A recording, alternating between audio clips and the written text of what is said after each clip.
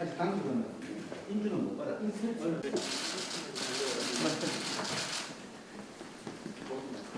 어이구, 축하드립니다.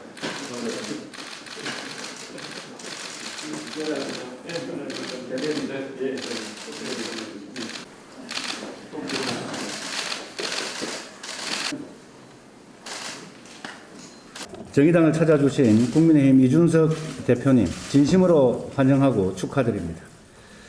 선거 기간 동안 나타난 이준석 열풍, 정의당도 의미 있게 지켜봤습니다. 선거에서 나타난 당신과 민심의 변화 욕구는 국민의힘에만 머무는 것이 아닌 한국 정치 전반에 대한 변화의 열망이라고 생각합니다. 변화에 대한 기대가 실망으로 결과되지 않도록 기대합니다. 오늘 국민의힘 김기현 원내대표 국회 연설도 잘 들었습니다. 날선 비판이 있었지만 주요 의제에 대해서는 더불어민주당과 본질적 차이는 크게 없었습니다. 부동산 정책, 노동 정책, 기후위기 대응에 대한 입장도 포장지는 달라도 본질적 차이는 없다고 생각되었습니다. 집권 여당과 제1야당 대표 연설에서 당면 실혜적 과제인 불평등과 차별에 대한 언급 한마디 없는 점도 일치했습니다. 이러한 김기현 원내대표의 생각과 이준석 대표의 생각이 당론으로 일치하는지 묻고 싶은 대목입니다. 이준석 대표께서 가진 여러 현안에 대한 생각을 이제는 당대표가 되신 만큼 당론으로 말해주시면 감사하겠습니다. 오늘 아침 이준석 대표께서 차별금지법에 대한 입장을 밝히셨습니다. 사회적 합의가 충분치 않다는 말씀 다소 실망스러웠습니다. 이 말은 그동안 민주당에서 주로 하던 말입니다. 첫 논의가 시작되고 14년이 지났습니다.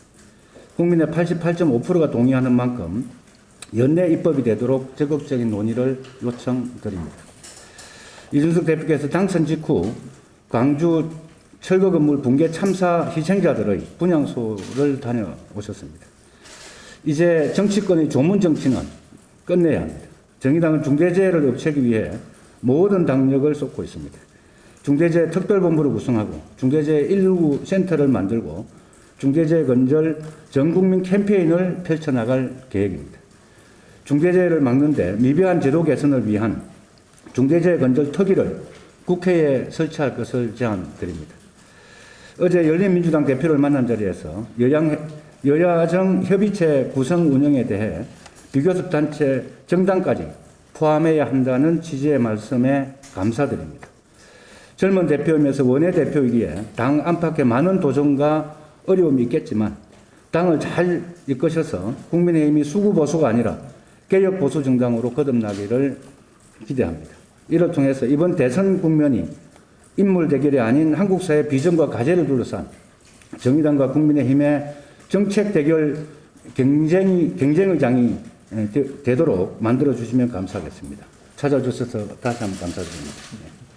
예, 우리 존경하는 여영국 대표님, 참 저희에게 거는 기대가 또 많으시고 또 저희에 대한 어떤 당부의 말씀도 제가 감사히 들었습니다.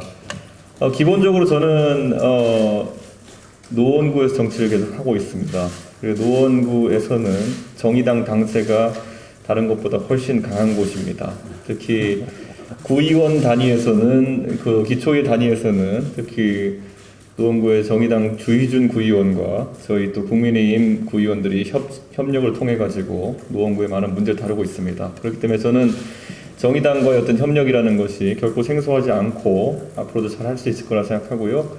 방금 전에 차별금지법에 대해서 언급하신 바 저는 어떤 취지에서 말씀하시는지 잘 이해했고 무엇보다도 저희 당이 지금 대변혁기에 있습니다.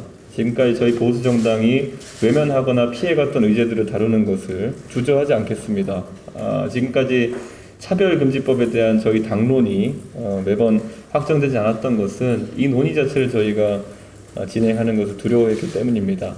하지만 제가 또 한 가지 말씀드릴 것은 차별금지법에 대해 가지고 예를 들어 일부 조항을 빼자는 등 아니면 일부 항목을 빼자는 등의 어떤 논의보다는 그 자체로서 논의되어야 되고 그러기 위해서는 시간이 필요하다라는 것은 저희 입장을 말씀드리겠습니다.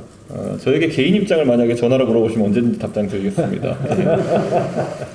그래서 당대표로서 앞으로 그런 논의가 전혀 이제 뒤처지지 않도록 저희도 하겠다는 것을 제가 말씀드리고요. 지금 실제로 논의가 미성숙 단계이기 때문에 저희가 그걸 진행시키기는 어려움이 있다는 것도 또 양해 부탁드립니다. 그리고 오늘 당장 저희 김기현 원내대표께서도 지적하셨듯이 코로나로 인한 그런 어떤 자영업자나 소상공인의 희생에 대해서 민주당은 소급 적용을 하는 것에 굉장히 부정적이고 그것을 속된 말로 어떤 일시적 보상금을 퉁치려고 하는 그런 모양새를 보이고 있습니다. 그러나 저희가 대표하는 수많은 소상공인과 자영업자들은 그런 식의 조치에는 불만족스러움 느끼고 있고 저는 정의당도 이에 공감하고 있다고 알고 있습니다. 그렇기 때문에 이런 부분에서부터 우리 야당 간의 협치를 통해서 저희가 꼭 소상공인과 자영업자들이 합당한 보상을 받고 앞으로는 국가를 위한 희생이라는 단어로 정당화하고 이런 일이 없도록 저희가 좀 공조를 할 수 있으면 좋겠다는 그런 말씀을 드리겠습니다. 그리고 오는 길에 보니까 류호정 의원도 앞에서 현관에서 이렇게 활동하고 있던데 참 저와 이제 그 정의당의 젊은 정치인들 간에는 이미 교류가 많았습니다. 앞으로도 그런 교류를 활성화할 것이고 정의당에서도 이런 청년 정치의 활성화에 지금도 잘하고 계시지만은 더 큰 공조를 할 수 있도록 저희가 부탁드리겠습니다. 예, 감사합니다.